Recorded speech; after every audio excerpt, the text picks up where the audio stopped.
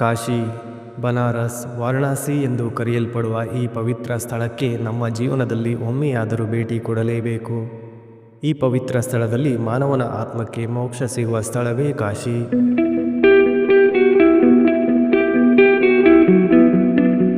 ನಮಸ್ಕಾರ ಸ್ನೇಹಿತರೆ, ನನ್ನ ಚಾನಲ್ಗೆ ಸ್ವಾಗತ. ಪಯಣ ವಿತ್ ಪ್ರಭಾಕರ್. ನಮ್ಮ ಕರ್ನಾಟಕದಿಂದ ಕಾಶಿ ಹೋದಾಗ 2 ದಿನದಲ್ಲಿ ಯಾವೆಲ್ಲ ಸ್ಥಳಗಳನ್ನ ನೋಡ್ಬೋದು ಎಂದು ತಿಳಿದುಕೊಳ್ಳೋಣ ಬನ್ನಿ.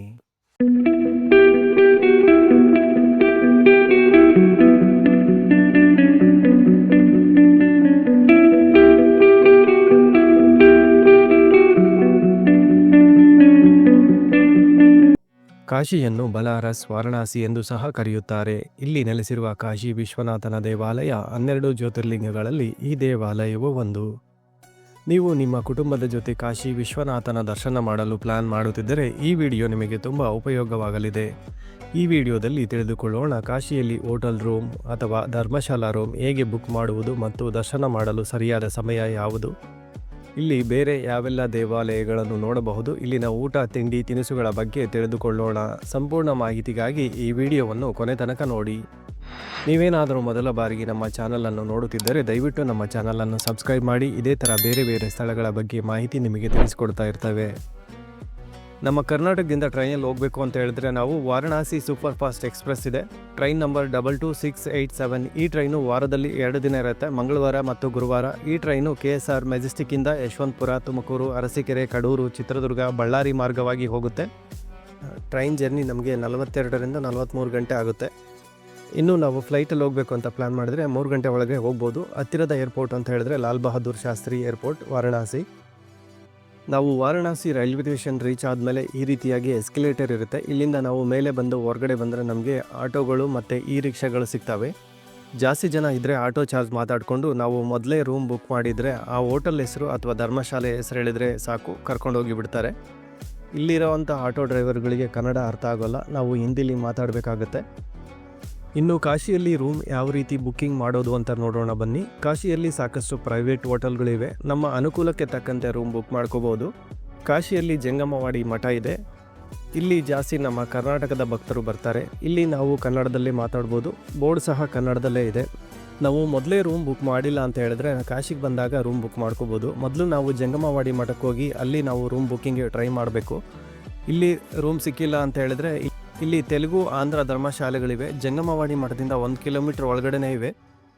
ಸೈಕಲ್ ಬಾಬಾ ಆಶ್ರಮ ಮತ್ತು ಶ್ರೀರಾಮ ತಾರಕ ಆಂಧ್ರ ಆಶ್ರಮ, ಇಲ್ಲೂ ಸಹ ರೂಮ್ ಬುಕ್ ಮಾಡ್ಕೋಬೋದು. ಈ ಎಲ್ಲ ಧರ್ಮಶಾಲೆಗಳಲ್ಲಿ ಉಚಿತವಾಗಿ ಮಧ್ಯಾಹ್ನ ಊಟ ಮತ್ತು ರಾತ್ರಿ ತಿಂಡಿ ಉಚಿತವಾಗಿರುತ್ತೆ. ಆದರೆ ಇಲ್ಲಿ ತೆಲುಗು ಜನಗಳಿಗೆ ಮೊದಲ ಆದ್ಯತೆ ಕೊಡ್ತಾರೆ, ಕನ್ನಡ ಮಾತಾಡಿದ್ರೆ ಇಲ್ಲಿ ಯಾರಿಗೂ ಅರ್ಥ ಆಗೋದಿಲ್ಲ. ಅದೊಂದು ನಾವು ನೆನಪಲ್ಲಿಟ್ಕೋಬೇಕು. ಜಂಗಮವಾಡಿ ಮಠದಲ್ಲಿ ಮಾತ್ರ ನಮಗೆ ಕನ್ನಡದ ಭಕ್ತರು ಮತ್ತು ಕನ್ನಡದವರು ಸಿಗ್ತಾರೆ. ಅಲ್ಲಿ ನಾವು ರೂಮ್ ಬುಕ್ಕಿಂಗ್ ಆದಮೇಲೆ ನಾವು ರೂಮ್ನಲ್ಲಿ ಸ್ವಲ್ಪ ಹೊತ್ತು ರೆಸ್ಟ್ ಮಾಡಿ ಗಂಗಾ ಸ್ನಾನ ಮಾಡಿ ನಾವು ದೇವರ ದರ್ಶನಕ್ಕೆ ಹೋಗ್ಬೋದು. ಇಲ್ಲಿ ಕಾಶಿ ವಿಶ್ವನಾಥ ಸ್ವಾಮಿಯ ದರ್ಶನಕ್ಕೂ ಮೊದಲು ನಾವು ಕ್ಷೇತ್ರ ಪಾಲಕ ಕಾಲಭೈರವ ಸ್ವಾಮಿಯ ದರ್ಶನ ಮಾಡಿ ಕಾಲಭೈರವನಿಂದ ಅನುಮತಿ ತೆಗೆದುಕೊಂಡು ನಾವು ನಂತರ ಕಾಶಿ ವಿಶ್ವನಾಥ ಸ್ವಾಮಿಯ ದರ್ಶನ ಮಾಡಬೇಕಾಗತ್ತೆ. ಇಲ್ಲಿ ಕಾಶಿಲಿ ಗಲ್ಲಿಗಳು ತುಂಬ ಚಿಕ್ಕದಾಗಿ ಹಳೆ ಕಾಲದ ಗಲ್ಲಿಗಳು ಇರುತ್ತೆ. ನಮಗೆ ರೋಡು ಕನ್ಫ್ಯೂಸ್ ಆದರೆ ಯಾರಿಗಾದರೂ ಕೇಳಿಕೊಂಡು ನಾವು ಗಂಗಾ ಸ್ನಾನಕ್ಕೆ ಯಾವ ಕಡೆ ಹೋಗಬೇಕು ಮತ್ತು ಕಾಲಭೈರವ ಸ್ವಾಮಿ ದೇವಸ್ಥಾನಕ್ಕೆ ಯಾವ ಕಡೆ ಹೋಗಬೇಕು ಅಂತ ಹೇಳಿದ್ರೆ ಹೇಳ್ತಾರೆ. ಕೆಲವು ಕಡೆ ಬೋರ್ಡು ಕೂಡ ಹಾಕಿರ್ತಾರೆ.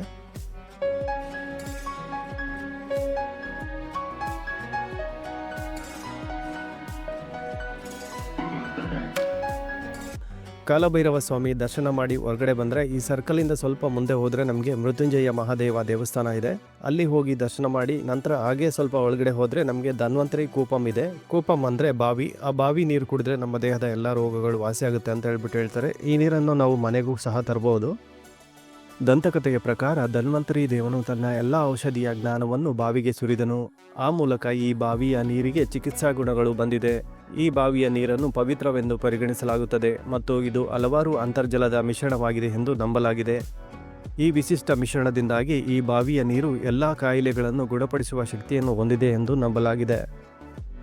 ಕಾಲಭೈರವ ಸ್ವಾಮಿ, ಮೃತ್ಯುಂಜಯ ಸ್ವಾಮಿ ದರ್ಶನ ಮಾಡಿ ಆದಮೇಲೆ ನಾವು ಕಾಶಿ ವಿಶ್ವನಾಥ ಸ್ವಾಮಿ ದರ್ಶನ ಮಾಡ್ಬೋದು. ದೇವಸ್ಥಾನದ ಒಳಗಡೆ ಮೊಬೈಲ್ ಕ್ಯಾಮ್ರಾ, ಸ್ಮಾರ್ಟ್ ವಾಚ್, ಯಾವುದೇ ಎಲೆಕ್ಟ್ರಿಕಲ್ ಐಟಮ್ ಬಿಡೋದಿಲ್ಲ.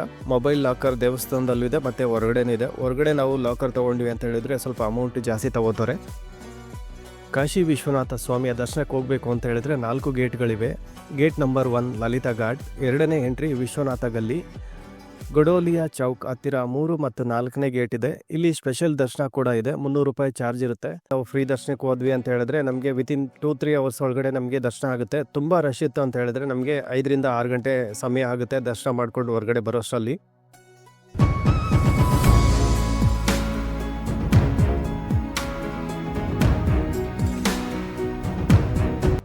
ಭಗವಾನ್ ವಿಶ್ವನಾಥನ ಆವಿರ್ಭಾವದ ಬಗೆಗಿನ ಕಥೆಯು ನೇರ ಸೃಷ್ಟಿಗೆ ಸಂಬಂಧಿಸಿದ್ದು. ಭಗವಾನ್ ಶಿವನು ವಾರಣಾಸಿಯನ್ನು ಒಂದು ತಪೋಭೂಮಿ, ಭಕ್ತರಿಗೆ ತಪಸ್ಸು ಮಾಡಲು ಪವಿತ್ರವಾದ ಕ್ಷೇತ್ರ, ಪ್ರಶಾಂತ ವಾತಾವರಣದಲ್ಲಿ ಭಗವಂತನನ್ನು ಕುರಿತು ಧ್ಯಾನ ಮಾಡುವ ಸ್ಥಳವನ್ನಾಗಿ ಸೃಷ್ಟಿ ಮಾಡಿದನು. ಉಪನದಿಗಳಾದ ವರ್ಣ ಮತ್ತು ಅಸ್ಸಿ ನದಿಗಳು ಗಂಗಾ ನದಿಯೊಂದಿಗೆ ಸಂಗಮವಾಗುವ ಸ್ಥಳದಲ್ಲಿ ಈ ನಗರದ ನಿರ್ಮಾಣವಾಗಿರುವುದರಿಂದ ಈ ನಗರಕ್ಕೆ ವಾರಣಾಸಿ ಎಂದು ಹೆಸರು ಬಂದಿದೆ.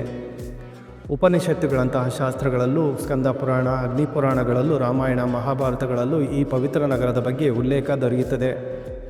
ಈ ಶಾಶ್ವತವಾದ ಪವಿತ್ರ ಕ್ಷೇತ್ರವು ಯಾತ್ರಿಕರ ನಗರವಾಗಿದೆ. ಇಲ್ಲಿ ಅನೇಕ ದೇವಾಲಯಗಳಿವೆ. ಚೆನ್ನಾಗಿ ಅಭಿವೃದ್ಧಿ ಹೊಂದಿದ ಸ್ನಾನಘಟ್ಟಗಳು, ಯಾತ್ರಿಗಳು ನದಿಗೆ ಇಳಿದು ಸ್ನಾನ ಮಾಡಲು ಅನುಕೂಲವಾಗುವಂತೆ ನದಿ ದಡದಲ್ಲಿ ಕಟ್ಟಿರುವ ಸೋಪಾನಗಳ ಮೆಟ್ಟಿಲುಗಳು ಮತ್ತು ಜಪಸಾಲೆಗಳು ಇವೆ. ಗಂಗಾ ನದಿಯಲ್ಲಿ ಬೋಟಿಂಗ್ ಹೋಗಬೇಕು ಅಂತ ಹೇಳಿದ್ರೆ ನಾರ್ಮಲ್ ಬೋಟಲ್ಲಿ ಒಬ್ಬರಿಗೆ 100 ರೂಪಾಯಿ ಚಾರ್ಜ್ ಮಾಡ್ತಾರೆ. ಇನ್ನು ಡಬಲ್ ಡೆಕ್ಕರ್ ಬೋಟ್ನಲ್ಲಿ ಹೋಗಬೇಕು ಅಂತ ಹೇಳಿದ್ರೆ 200 ರೂಪಾಯಿ ಚಾರ್ಜ್ ಆಗುತ್ತೆ ಒಬ್ಬರಿಗೆ. ಇದರಲ್ಲಿ ಟೋಟಲ್ 84 ಘಾಟ್ ತೋರಿಸ್ತೀವಿ ಅಂತ ಹೇಳ್ತಾರೆ. ಆದರೆ ನಮಗೆ ತೋರಿಸೋದು 20ರಿಂದ 30 ಘಾಟ್ ತೋರಿಸಿ ವಾಪಸ್ ಕರ್ಕೊಂಬಂದ್ಬಿಡ್ತಾರೆ. ನಾವು ಬೋಟ್ ಹತ್ತೋದಕ್ಕಿಂತ ಮುಂಚೆ ಮೊದಲೇ ಮಾತಾಡಿಕೊಂಡು ಎಲ್ಲ ಘಾಟು ತೋರಿಸ್ಕೊಬರ್ತೀರಾ ಅಂತ ಕೇಳ್ಕೊಂಡ್ಬಿಟ್ಟು ಹತ್ತಬೇಕಾಗತ್ತೆ.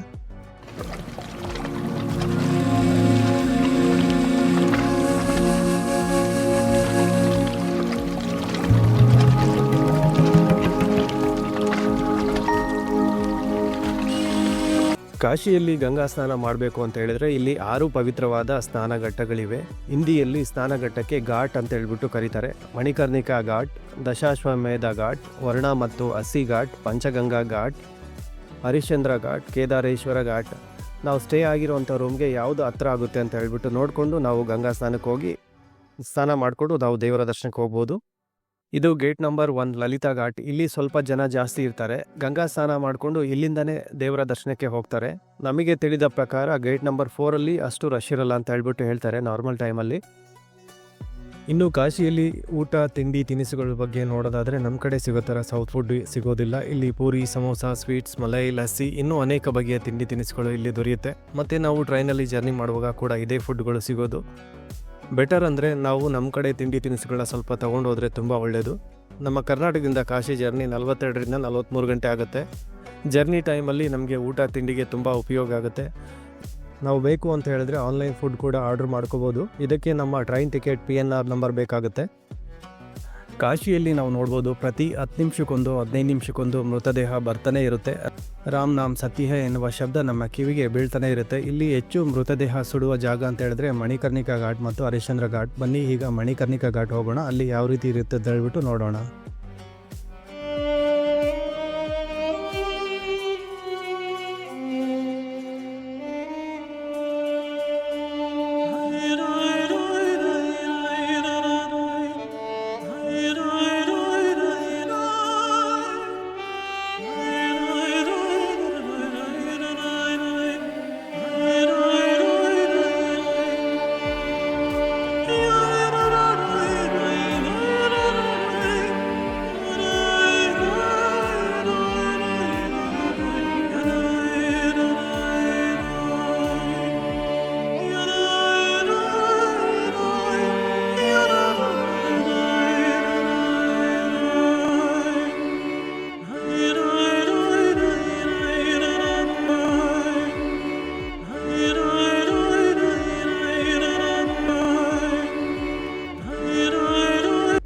ಮಣಿಕರ್ಣಿಕಾ ಘಾಟ್ ನೋಡಿ ಆದಮೇಲೆ ನಾವು ಲಲಿತಾ ಘಾಟ್ ಹತ್ರ ಬಂದರೆ ನಾವು ನೇಪಾಳಿ ದೇವಸ್ಥಾನ ಮತ್ತು ಪಶುಪತಿ ದೇವರ ದರ್ಶನ ಮಾಡ್ಬೋದು.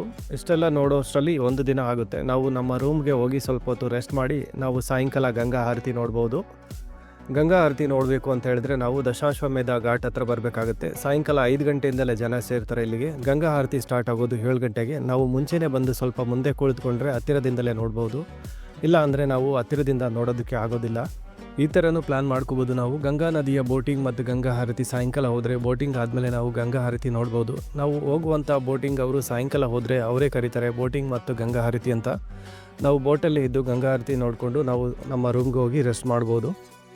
ಸಾಯಂಕಾಲ ನಾವು ದಶಾಶ್ವಮೇಧ ಘಾಟ್ನಲ್ಲಿ ಗಂಗಾ ಆರತಿ ನೋಡಿಕೊಂಡು ಲಲಿತಾ ಘಾಟ್ ಹೋದರೆ ಇಲ್ಲಿ ಲೇಸರ್ ಪ್ರದರ್ಶನ ಇರುತ್ತೆ. 7 ಗಂಟೆ ಮತ್ತು 8 ಗಂಟೆಗೆ 15 ನಿಮಿಷ ಇರುತ್ತೆ. ಇದರಲ್ಲಿ ನಮಗೆ ಕಾಶಿ ವಿಶ್ವನಾಥ ದೇವಸ್ಥಾನದ ಹಿನ್ನೆಲೆ ಬಗ್ಗೆ ತೋರಿಸ್ತಾರೆ. ತುಂಬ ಚೆನ್ನಾಗಿರುತ್ತೆ, ಅದನ್ನು ಕೂಡ ನಾವು ನೋಡ್ಬೋದು.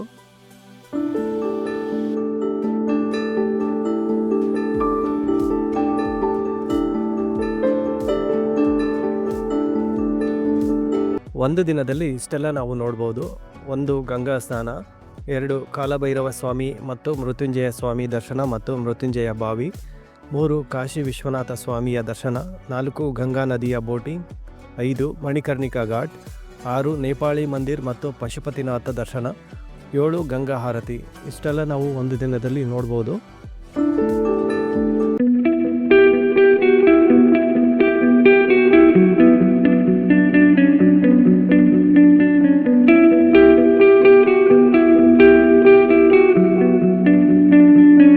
ಡೇ 2ನಲ್ಲಿ ನಾವು ಏನೆಲ್ಲ ನೋಡ್ಬೋದು ಅಂತ ಹೇಳ್ಬಿಟ್ಟು ನೋಡೋಣ. ನಾವು ಬೆಳಿಗ್ಗೆ ಬೇಗ ರೆಡಿಯಾಗಿ ಹೋದರೆ ಗ್ರಾಮ ದೇವತೆ ವಾರಾಹಿ ದೇವಿಯ ದರ್ಶನ ಮಾಡ್ಬೋದು. ದರ್ಶನದ ಸಮಯ ಬೆಳಿಗ್ಗೆ 7:30ರಿಂದ ಬೆಳಿಗ್ಗೆ 9:30 ತನಕ ಅಷ್ಟೇ ಇರೋದು, 2 ಗಂಟೆ ಸಮಯ ಇರುತ್ತೆ. ವಾರಾಹಿ ದೇವಿ ದುರ್ಗಾ ಮಾತೆಯ ಸೈನ್ಯ ಅಧ್ಯಕ್ಷೆ. ವಾರಾಹಿ ಅಮ್ಮ ವಾರಣಾಸಿ ಗ್ರಾಮ ದೇವತೆ. ರಾತ್ರಿಯೆಲ್ಲ ಕಾಶಿ ನಗರಕ್ಕೆ ಯಾವುದೇ ದುಷ್ಟಶಕ್ತಿಗಳು ಬರದಂತೆ ಇಡೀ ರಾತ್ರಿ ಕಾಶಿಯನ್ನು ಕಾವಲು ಕಾಯುತ್ತಾಳೆ. ವಾರಾಹಿ ಮಾತೆ ಉಗ್ರರೂಪಿಣಿ. ನಾವು ಡೈರೆಕ್ಟ್ ದರ್ಶನ ಮಾಡಲು ಸಾಧ್ಯವಿಲ್ಲ. ತಾಯಿಯ ದೇವಾಲಯ ಭೂಗರ್ಭದಲ್ಲಿ ಇದೆ. ನಾವು ಮೇಲಿಂದ ದರ್ಶನ ಮಾಡಲು 2 ಕಿಂಡಿಗಳಿವೆ. ಒಂದು ಕಿಂಡಿಯಿಂದ ನೋಡಿದ್ರೆ ಮುಖ ಅಥವಾ ಕಣ್ಣು ಮಾತ್ರ ಕಾಣುತ್ತೆ. 2ನೇ ಕಿಂಡಿಯಿಂದ ನೋಡಿದ್ರೆ ನಮಗೆ ವಾರಾಹಿ ಅಮ್ಮನ ಪಾದ ದರ್ಶನವಾಗುತ್ತೆ. ಮಾತೆ ವಿಶಾಲಾಕ್ಷಿ ದೇವಸ್ಥಾನ ನೋಡ್ಬೋದು. ಇಲ್ಲಿ ದರ್ಶನ ಆದ ನಂತರ ಇಲ್ಲಿಂದ ಸ್ವಲ್ಪ ದೂರದಲ್ಲೇ ಮಾತೆ ಅನ್ನಪೂರ್ಣ ದೇವಸ್ಥಾನ ಇದೆ. ಇಲ್ಲಿ ದರ್ಶನ ಆದಮೇಲೆ ದೇವಸ್ಥಾನದಲ್ಲಿ ಪ್ರಸಾದ ಸಿಗುತ್ತೆ. ಇಲ್ಲಿ ಅನ್ನಪೂರ್ಣ ರಸೋಯಿ ಅಂತ ಹೇಳ್ಬಿಟ್ಟು ಹೇಳ್ತಾರೆ. ನಾವು ಕಾಶಿಗೆ ಹೋಗಿದ್ದು ಕುಂಭಮೇಳ ಸಮಯದಲ್ಲಿ. ಆ ಟೈಮಲ್ಲಿ ಎಲ್ಲ ದೇವಸ್ಥಾನಗಳನ್ನು ನೋಡೋದಕ್ಕೆ ಆಗಿಲ್ಲ, ತುಂಬ ಅಂದರೆ ತುಂಬ ರಶ್ ಇತ್ತು. ಇಲ್ಲಿ ನೋಡಬೇಕಾದ ದೇವಸ್ಥಾನದ ಸ್ಥಳಗಳ ಹೆಸರು ತಿಳಿಸ್ಕೊಡ್ತೀನಿ. ನೀವು ಕಾಶಿ ಹೋದಾಗ ತಪ್ಪದೇ ಈ ಎಲ್ಲ ಸ್ಥಳಗಳನ್ನು ನೋಡ್ಕೊಂಡು ಬರ್ಬೋದು. ಮಾತಾ ದುರ್ಗಾ ಮಂದಿರ, ತುಳಸಿ ಮಾನಸ ಮಂದಿರ, ಶ್ರೀ ತ್ರಿದೇವ್ ಮಂದಿರ, ಸಂಕಟ ಮೋಚನ ಹನುಮಾನ್ ಮಂದಿರ, ಶ್ರೀ ಮಣಿ ಮಂದಿರ, ಭಾರತ್ ಮಾತಾ ಮಂದಿರ, ಇಸ್ಕಾನ್ ಮಂದಿರ, ನಮೋ ಘಾಟ್, ಸರ್ವೇದ ಮಹಾಮಂದಿರ್,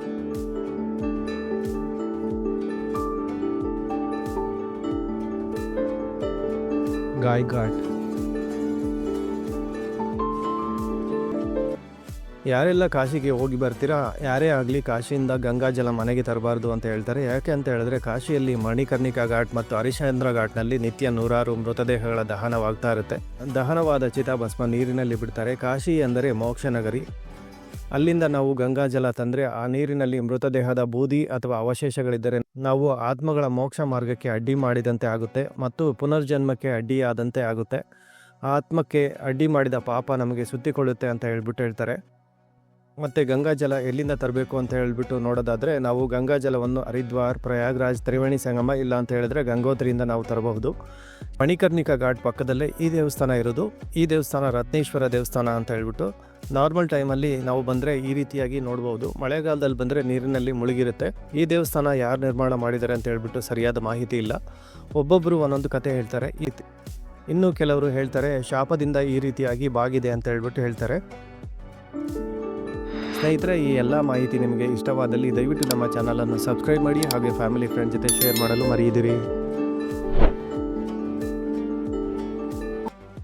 ನಮ್ಮ ಕರ್ನಾಟಕದಿಂದ ಕಾಶಿ 2 ದಿನ ಟ್ರಿಪ್ ಪ್ಲ್ಯಾನ್ನಲ್ಲಿ ನಾವು ಈ ಎಲ್ಲ ಸ್ಥಳಗಳನ್ನ ನೋಡ್ಬೋದು. ಇಲ್ಲಿ ಇನ್ನೂ ಅನೇಕ ಸ್ಥಳಗಳಿವೆ. ಎಲ್ಲ ನೋಡಬೇಕು ಅಂತ ಹೇಳಿದ್ರೆ ನಮಗೆ 3 ರಿಂದ 4 ದಿನ ಬೇಕಾಗುತ್ತೆ. ಕಾಶಿಯಿಂದ ಪ್ರಯಾಗ್ರಾಜ್ ತುಂಬ ಹತ್ತಿರ ಆಗುತ್ತೆ, 123 ಕಿಲೋಮೀಟರ್ ಆಗುತ್ತೆ. ಕಾಶಿಯಲ್ಲಿ ಟ್ರೈನ್ ಮತ್ತು ಬಸ್ಸು 2 ಕೂಡ ಸಿಗುತ್ತೆ ಪ್ರಯಾಗ್ರಾಜ್ ಹೋಗೋದಕ್ಕೆ. ಪ್ರಯಾಗ್ರಾಜ್ ಹೋಗಿ ಅಲ್ಲಿ ಎಲ್ಲ ನೋಡಿ ಆದಮೇಲೆ ನಾವು ಅಯೋಧ್ಯೆ ಸಹ ಪ್ಲ್ಯಾನ್ ಮಾಡ್ಕೋಬೋದು. ಪ್ರಯಾಗ್ರಾಜಿಂದ ಅಯೋಧ್ಯೆ 164 ಕಿಲೋಮೀಟರ್ ಆಗುತ್ತೆ.